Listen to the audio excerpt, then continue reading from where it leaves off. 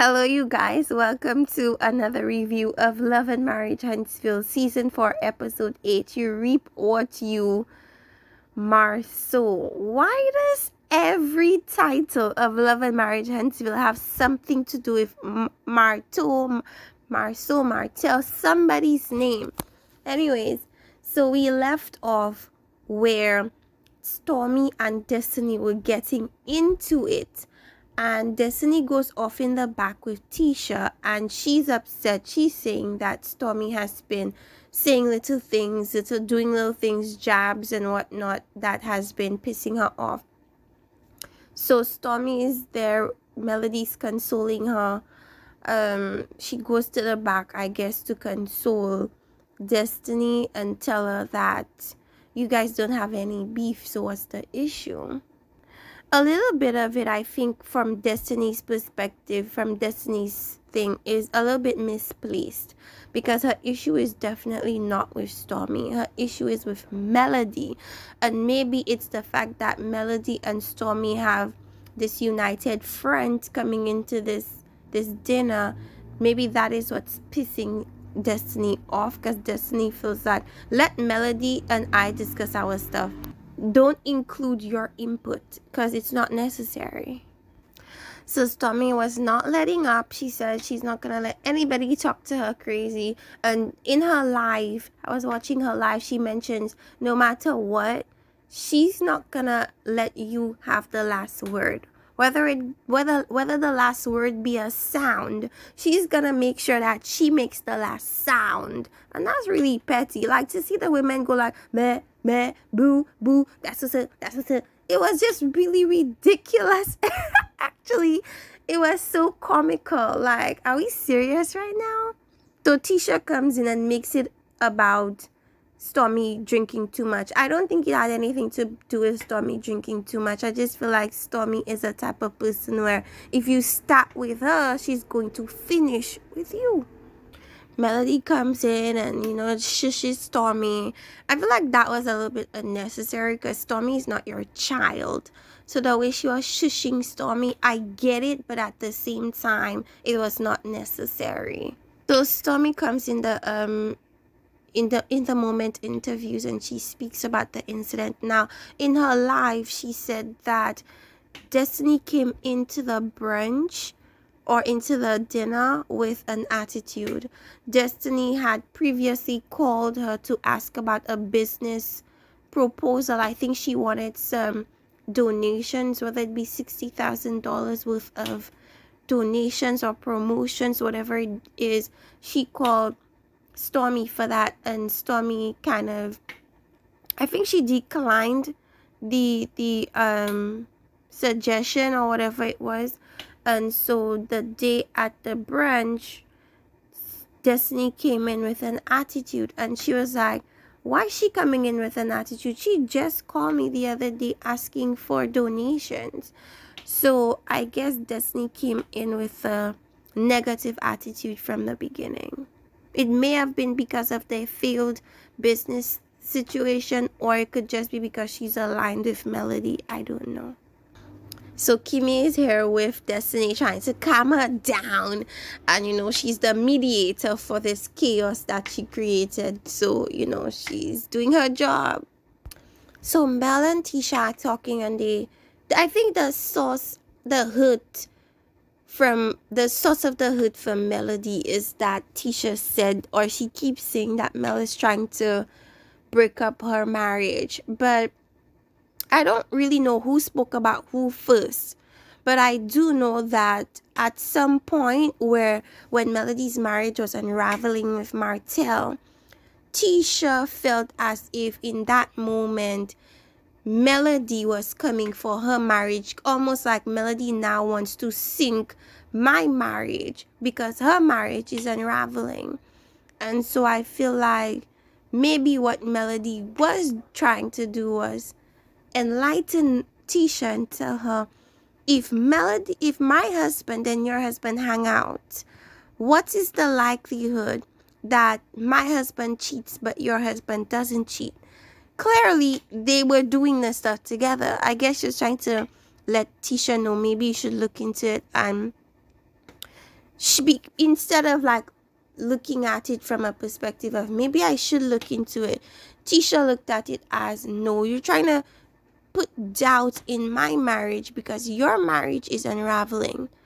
And maybe that is not what it was, but it came off that way considering the nature of when Melody chose to tell Tisha, maybe you should look into your marriage. So now it comes to a point where people are trying to prove who spoke about whose marriage first. And Tisha was saying, we knew about Martel's infidelities for a while because you told it to me. And then she's like, well, and you stayed and you had a child by him. And then Melody was like, well, your man is continuing to cheat on you and you're not doing anything about it now. And so a lot of the viewers were saying, well, Melody doesn't have a right to really tell Tisha about her marriage, considering she knew that Martha was cheating and stayed. So who is she to tell Tisha that she should do something because her man is cheating now? The same way you took time to leave because that was your husband, the same way Tisha probably needs some time to figure her stuff out before she makes a decision. I don't know. But Melody was getting angry and she walked out because she said she was about to jump over the table. So that was that. Stormy followed. And yeah. And Stormy mentioned that when they left that thing, her husband was waiting for her, and her husband was like, it was so noisy in there. And she was like, well, it's because the women were fighting and so on and so forth. So yeah. So Kimmy and her husband are talking. He brings her a breakfast and flowers. How sweet. She's recapping about the Galentine situation and what took place. Kimmy knew what would take place. So she's acting all surprised and shocked. She knew. So Kimmy wants to do this housewarming thing for Jayland, and she feels Maurice feels like if Melody doesn't come, it's gonna be a good thing because there will not be any fighting and any back and forth. So he feels like if Melody's not gonna come, let's invite Martel instead. So Maurice thinks everything centers around Mel, and Mel is the common denominator, and if she's out, then the drama is out. Now remember, Kimmy said that she would not be inviting Martel even if Melody doesn't show up. So now that Maurice is asking her if she would, you see how she's saying that she has to pray on it, so it's not a definite no. So when she was telling Melody that she wouldn't invite Martel, I knew she was lying. So Maurice calls Martel. He says he wants to get to the bottom of things. Tisha, Kimmy feels like it's my event and I may not want Martel to join, like, and that's that. But I think Maurice wants him to attend, and so he's calling him to figure out stuff. So Kimmy essentially feels like Martel also comes with drama. It's the drama that came with the boys trip and all that mess. So she doesn't really want to associate with him. And so because of that, she doesn't want to invite him. And she's telling him that to his face. As to why Melody was invited first, but not him. As opposed to, in regards to who was invited first, does it really matter? Because at this point, it feels like for Martel, it's like a tit-for-tat thing. Like, it's so childish. Like, I should be invited first, I should do this first, and I should do that first. Does it matter? It's not your event. Why are you worried about who they invite first and who they don't? Now, I wish that Maurice would just shut the hell up and allow Martel to speak, because I also want to hear what he has to say, because I do remember when that picture was posted, he was thanking Arion in the comment section and he was being very messy. So I want to hear what he has to say when it comes to that. And then Maurice keeps like talking over him, almost like he doesn't want Martel to explain, which makes me feel like he's even more guilty because he was a part of it and he's claiming he didn't cheat. Now I'm thinking that he did cheat. And he's like trying to stop Marta from saying certain things that would implicate him. So Maurice seems to feel like everything requires a sit-down conversation, and it doesn't. But anyways, he decides to book a flight to Miami, and I guess they're going on vacation. So the comedy show that is Marceau and Miss Wanda are like back in play, and so she's coming so she could shadow Marceau and what he does throughout the business. And I heard she made subtle jabs talking about it's clean today, as if the people's business are, well, the business is like normally dirty. And she comes in with her colorful shoes, and you know how she dresses. And he's like, oh, you're not appropriate for cooking in the kitchen. And she's like, my issue is not the kitchen, my issue is the legal part of my business. So this is about to be a little bit of a shit show. Let's see. So we know that Marceau always tries to play with Miss Wanda. So he was trying to get Miss Wanda to wash some dishes, and Miss Wanda was like, I didn't come here to wash dishes, I just did my nails. I came here for you to approve this business loan for me. And now she's relating it to this rumor that keeps going around of people seeing Marceau in a hotel bed sleeping. Now, you don't get a clear picture of his face, but people assume that it's him. Now, just based on how he looks, I'm assuming that is definitely him. It just seems like it's him to me. So she's gonna ask him if he was in the hotel or not. I don't know why Miss Wanda always feels as if Marceau is going to admit infidelity to her. Why would he do that? It just would make no logical sense for him to do that. And like, Marceau is a type of person where if you didn't find video footage of him, you would never admit it. And even if you do find video footage of him doing something sneaky, he's going to explain it away and say that's not what it looks like. So I don't know why Miss Wanda is trying to get him to admit something that she doesn't even know all the details of. However, on Instagram, somebody did say that they saw him at a particular hotel. Oh my goodness. So Marceau here he goes playing with this woman again, talking about he's never seen his back. So he doesn't know what his back looks like. It's his reputation, son.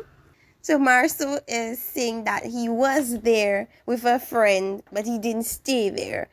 At the end of the day, we all know the truth. And the truth is Marceau did cheat, or he did sleep there. Maybe he didn't cheat, but he did sleep there the time he went there with his so-called friend. I don't care what he says or what he tries not to say or tries to say.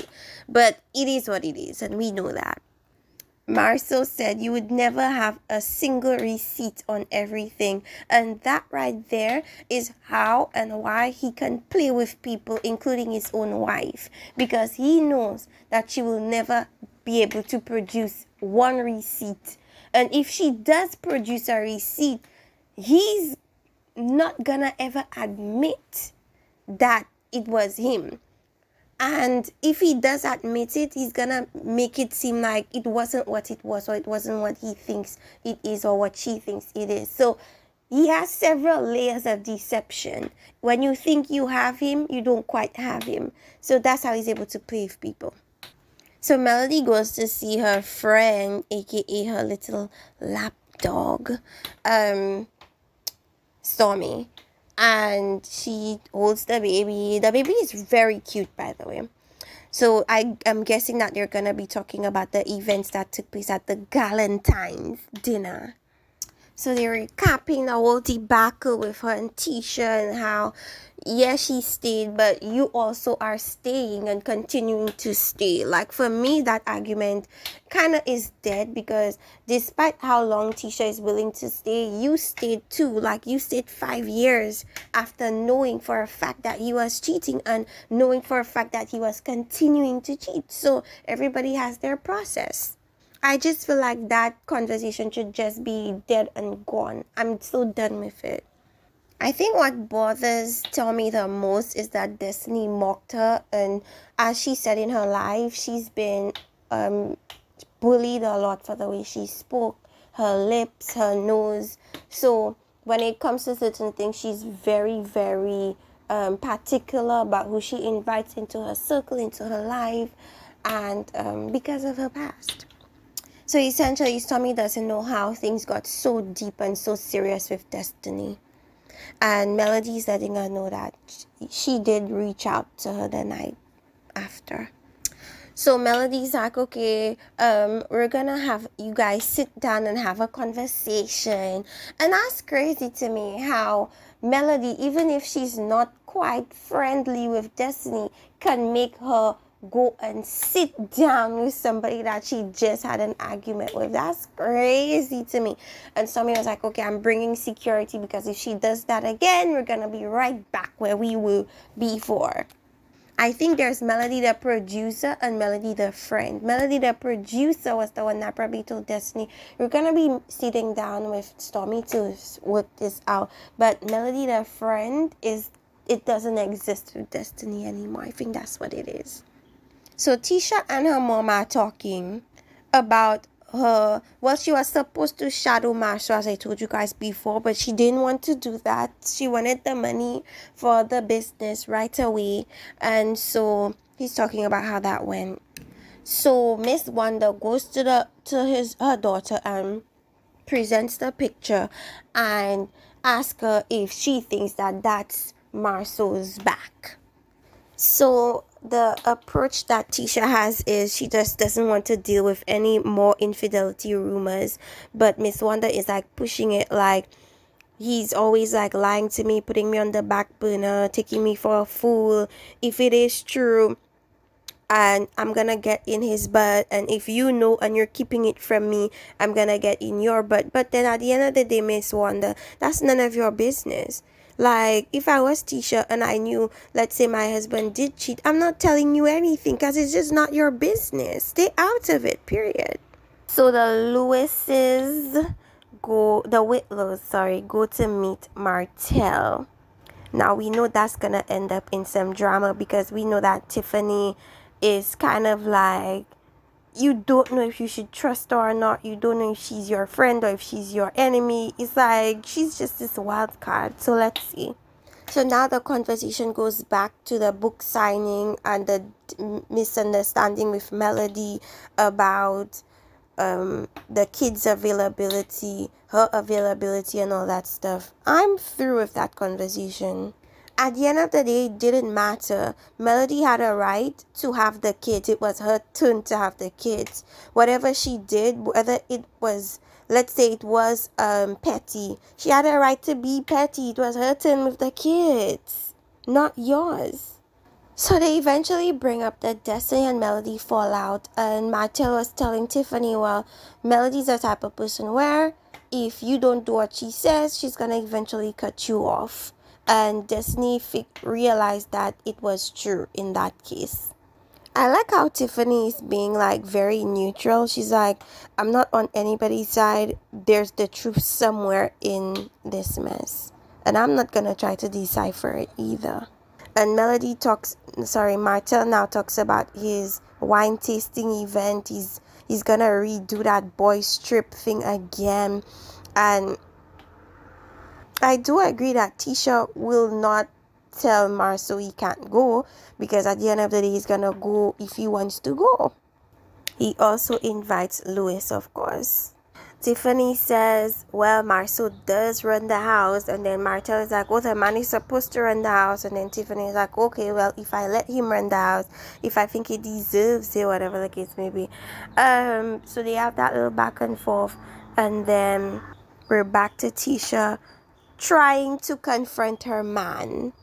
And they cut it off right there before we got to see any bit of conversation. Now we're going into the previews. Okay, so at Jalen's event, Miss Wanda is coming to be her messy self. It looks like a very dry party. So I guess Miss Wanda is coming to spice it up a little bit.